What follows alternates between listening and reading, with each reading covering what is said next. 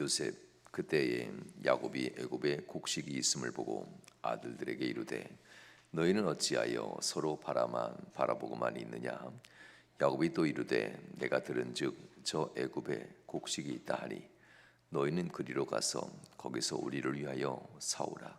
그러면 우리가 살고 죽지 아니하리라 하매 요셉의 형 열 사람이 애굽에서 곡식을 사려고 내려갔으나 야곱이 요셉의 아우 베냐민은 그의 형들과 함께 보내지 아니하였으니 이는 그의 생각이 재난이 그에게 미칠까 두려워함이었더라. 이스라엘의 아들들이 양식 사러 간 자중에 있으니 가나안 땅에 기근이 있음이라. 그때에 요셉이 나라의 총리로서 그 땅 모든 백성에게 곡식을 팔더니 요셉의 형들이 와서 그 앞에서 땅에 엎드려 절하매 요셉이 보고 형들인 줄을 아나 모르는 체하고 엄한 소리로 그들에게 말하여 이르되 너희가 어디서 왔느냐. 그들이 이르되 곡물을 사려고 가나안에서 왔나이다. 요셉은 그의 형들을 알아보았으나 그들은 요셉을 알아보지 못하였더라. 요셉이 그들에게 대하여 꾼 꿈을 생각하고 그들에게 이르되 너희는 정탐꾼들이라. 이 나라의 틈을 엿보려고 왔느니라. 그들이 그에게 이르되 내 주여 아니니이다. 당신의 종들은 곡물을 사러 왔나이다. 우리는 다 한 사람의 아들로서 확실한 자들이니 당신의 종들은 정탐꾼이 아니니이다. 요셉이 그들에게 이르되 아니라.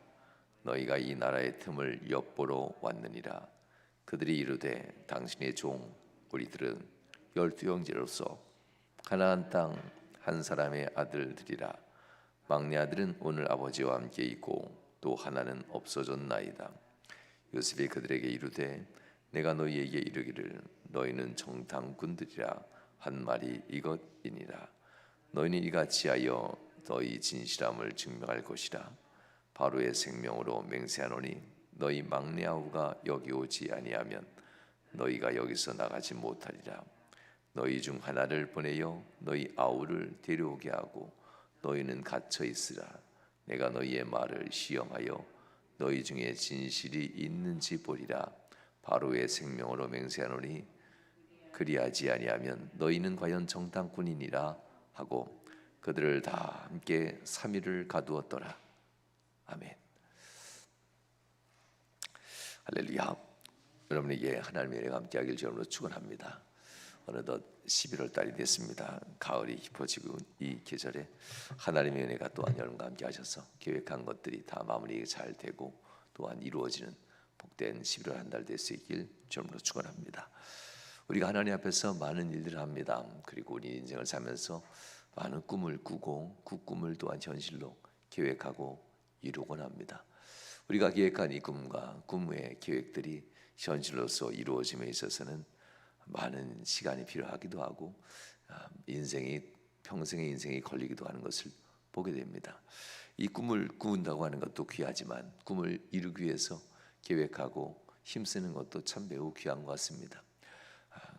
꿈만 꾸는 사람들과 이것을 실행하기 위해서 힘쓰는 사람들 모두가 다 필요하죠. 꿈꾸는 이도 필요하고 그래서 비전을 제시하는 이도 필요하고 비전을 이루기 위해서 계획을 세우고 또한 애쓰는 이도 필요하고 그것을 또한 마지막으로 성취하는 그 현장에 있는 일도 필요합니다. 이 모든 것이 한 사람에 의해서도 진행되기도 하지만 이 모든 것이 여러 세대, 여러 사람에 의해서 진행되기도 합니다. 오늘 이 말씀은 하나님이 이스라엘에게 주셨던 가장 큰 꿈, 세상에서 너희가 번창하게 되리라, 큰 민족을 이루리라, 너희는 세상의 복의 근원이 될지니라 했던 400년 전에 아브라함에게 줬던 이 큰 계획들이 하나하나 드디어 이루어지고 있는 말씀들이 이 요셉의 이야기를 통해서 보게 됩니다. 그러므로 하나님의 계획은 한 사람에 의해서 이루어진다기보다는 여러 사람, 여러 세대에 의해서 하나님의 큰 계획들은 다 이루어진 것을 보게 됩니다. 그 사이사이마다 쓰임받을 때 이 쓰임받음의 은혜가 매우 중요한데요. 요셉은 요셉 나름대로 쓰임받는 것이고 또한 그의 아버지 야곱은 야곱의 세대에서 그리고 이삭은 이삭의 세대에서 아브라함은 아브라함의 세대에서 또한 쓰임받는 모습을 보게 됩니다. 모두가 다 한 가지로 하나의 비전을 갖지요. 하나님이 축복하시리라. 하나님이 말씀하신 것을 이루시리라. 여기에 모든 꿈의 목표가 달려가 있습니다. 향하고 있다는 것을 보게 됩니다. 인생이 왜 이렇게 연약하고 흔들릴까? 각자 나름대로의 꿈을 가지고 세상을 보기 때문에 많은 사람들이 서로 부닥치기도 하고 흔들리기도 하는 것 같습니다. 하나님이 주신 꿈을 가지고 모두가 그 꿈을 향하고 있다면 세상 사람 인생들이 서로 싸울 리가 없겠지요. 각 나라가 분명 더욱더 부강하게 살 수 있을 겁니다. 세계 수없이 많은 나라와 민족들이 절반 이상의 양식을 버린다고 하지요. 절반 이상의 양식이 버려지고 그것이 없어서 굶어 죽는 사람들이 또한 30% 가까운 사람들이 기아에서 기아와 같이 가난한 가운데 살고 있는 이 모습을 보면요, 아이러니하죠. 한 집안에 자녀들이 많은데 부자 아들 딸들이 있는데 반면에 가난한 아들 딸들이 함께 존재한다는 것도 이해가 되지 않죠. 한 뱃속에서 태어난 부모 형제, 같은 한 부모의 형제인데도 부유하게 살면서도 뜻이 서로 맞지 않는 이 모습들을 보면 이것도 참 신기한 일 중에 하나인 것 같습니다. 평생 몇 세대가 살고 남을 수 있는 재산을 가지고 있으면서도 가난하고 어렵게 사는 형제를 돌볼 마음은 없다는 것은 묘합니다. 친구를 위해서 수십만 원짜리 밥을 살 수 있지만 가난한 형제를 위해서 단돈 10만 원도 쓰지 않는 이런 형제의 모습들을 보고 세상은 뭐라 할까? 뭐 그럴 수 있다 할 겁니다. 그러나 하나님은 뭐라 할까라고 질문할 때에는 하나님은 죄가 있다라고 얘기합니다.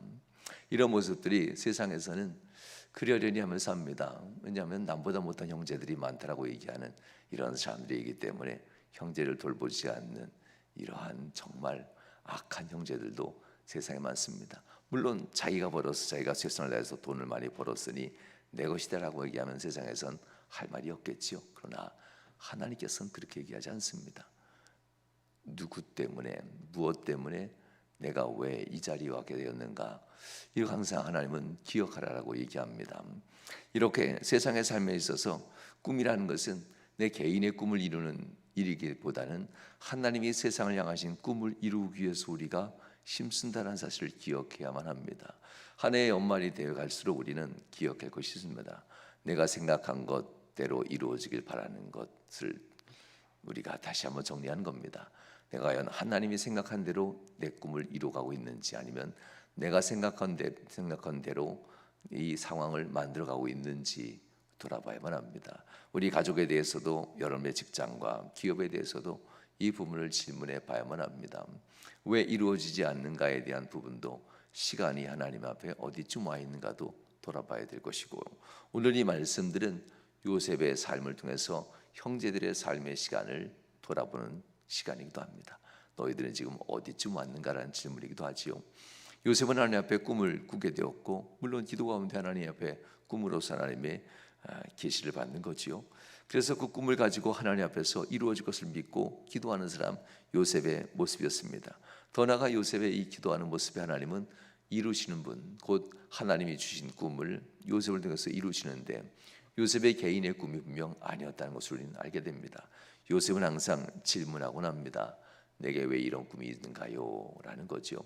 형제들 향해서 얘기했던 그 꿈에 대한 이야기들, 아버지와 어머니까지도 자기에게 절하게 될 수밖에 없다고 하는 이 꿈에 대한 이야기들, 요셉은 이 꿈에 대한 이야기가 10살이야 서너 살 때 꾼 꿈이 아닙니다.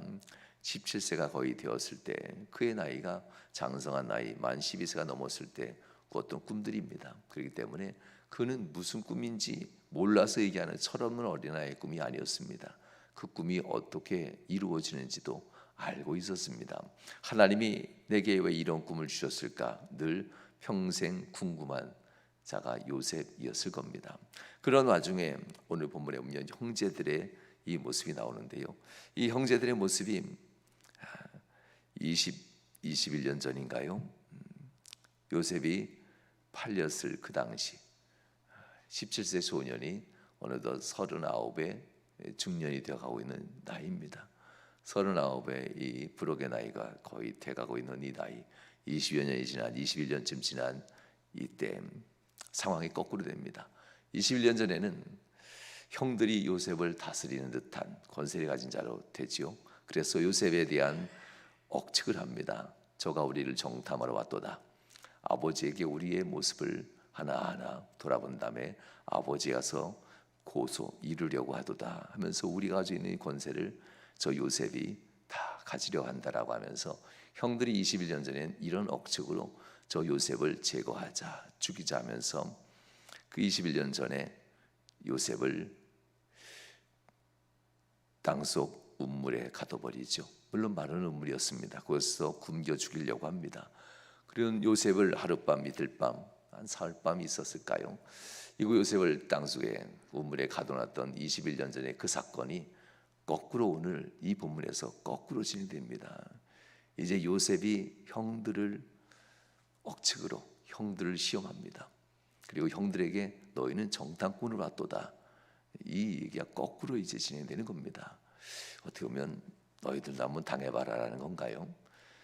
이 형제들도 요셉이 애굽의 총리였기 때문에 애굽의 총리인 요셉에게 감히 고개조차 들지 못하는 이 상황들을 보게 됩니다.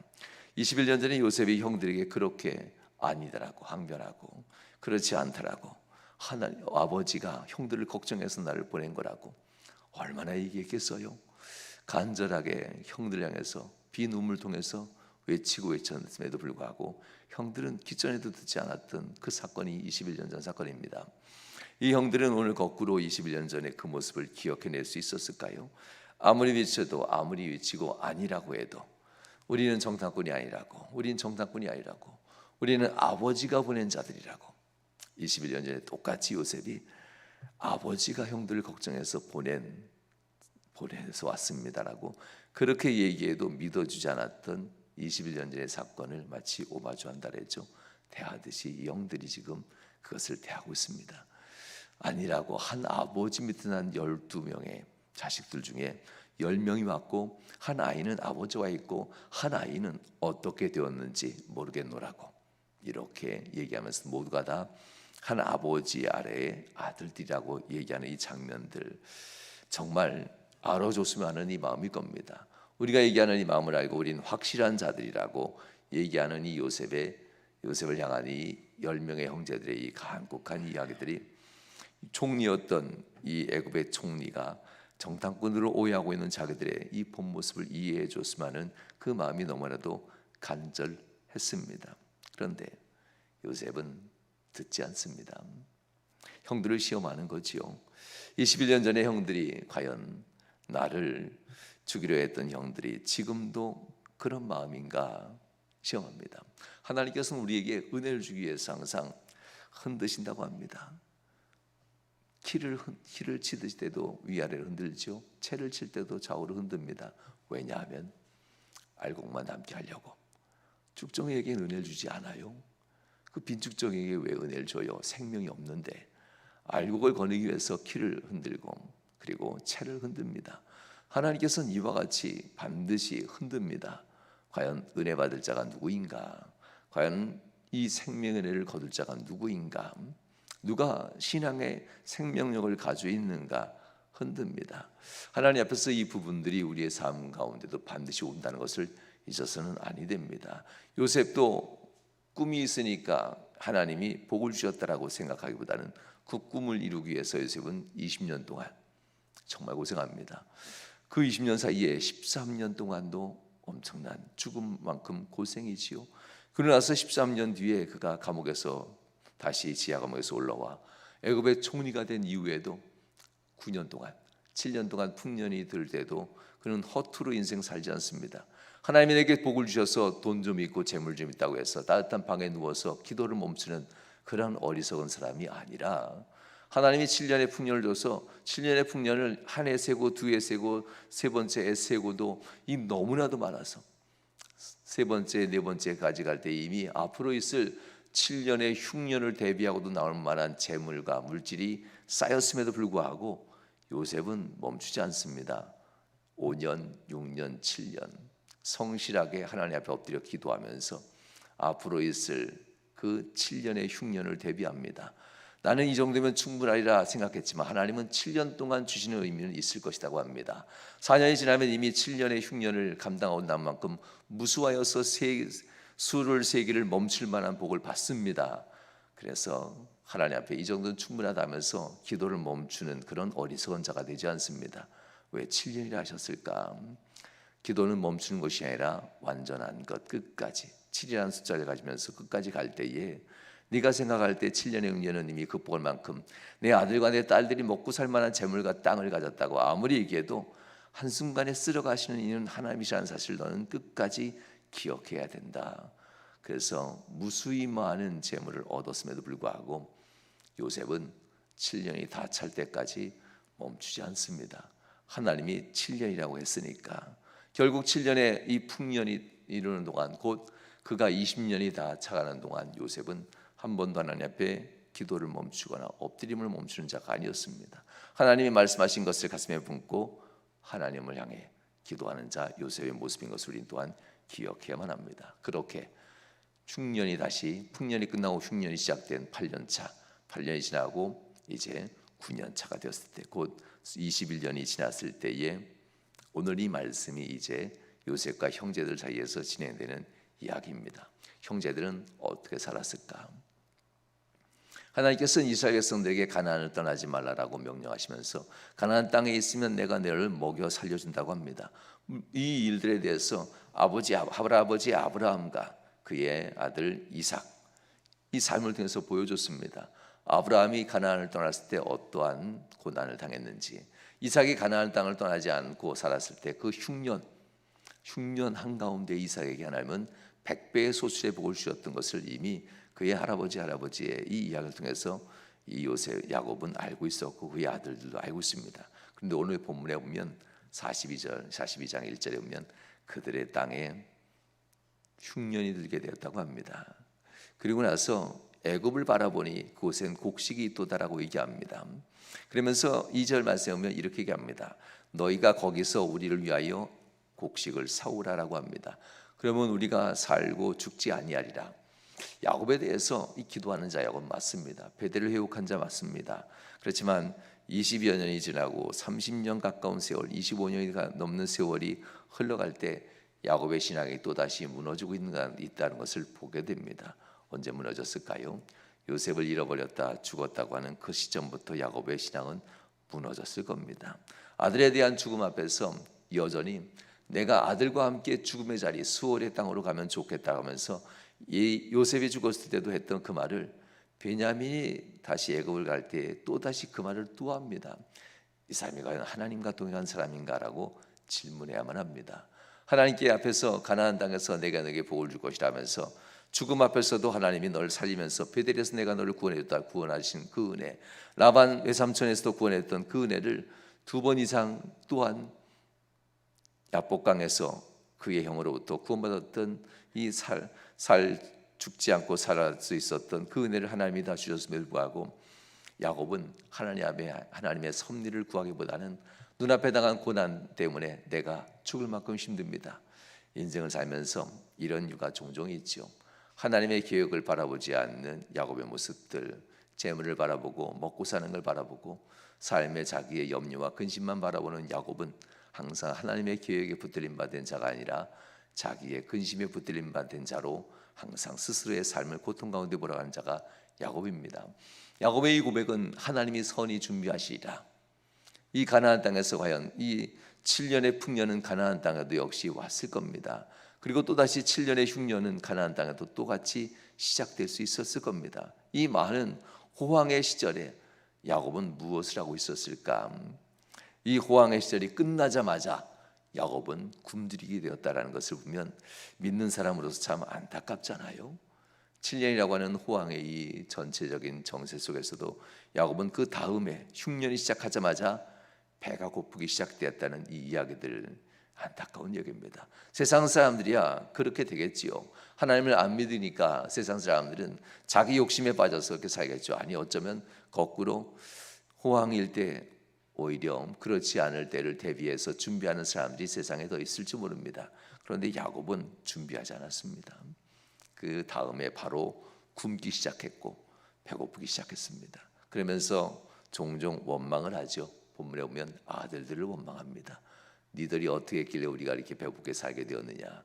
너희들이 이 아버지의 모든 기업을 물려받고 살면서 너희들은 이제 무엇을 하고 있었기에 우리가 이렇게 배고프게 되었느냐 하면서 어찌 너희는 서로 원망하면서 서로 바라만 보고 있느냐 1절 말씀에 나옵니다. 이 가족에 대한 신앙의 현주소고 삶의 현주소를 1절과 2절 사이에서 이야기합니다. 성도 여러분, 우리가 인생을 살면서 하루만 사는 것 아니라는 것 우린 잘 압니다. 우리에 대한 영원한 미래에 대한 꿈은 하나님 나라에 있는 것도 압니다. 그러면서도 하루살이처럼 사는 그리스도인들이 참 많습니다. 오늘만 즐기고 오늘만 누리려고 하는 이러한 그리스도인이 되면 안 되겠지요. 이 야곱과 그의 아들들이 그와 같은 모습으로 지금 살아왔다는 것을 또한 보게 됩니다. 결국 그들의 눈앞에 닥친 인생들은 그들이 원하지 않은 삶입니다. 궁핍함, 서로에 대해서 사랑으로 하나가 되는 것이 아니라 서로가 서로를 시기하고 미워하면서 갈라지는 이 가족의 모습들이 오늘 본문에 등장합니다. 하나님은 이 믿음 좋은 사람을 부르려고 원했는데 믿음이 뿔뿔이 흩어진 가족이 된 이 야곱을 이제 부를 수밖에 없는 이 상황, 하나님도 참 답답하셨을 겁니다. 그 정도면 믿음이 굳건히 설 줄 알았는데 25년, 20여 년이 흐르는 이 가운데 야곱의 가족들은 믿음이 다 무너지고 있었다는 것을 오늘 본문은 이야기합니다.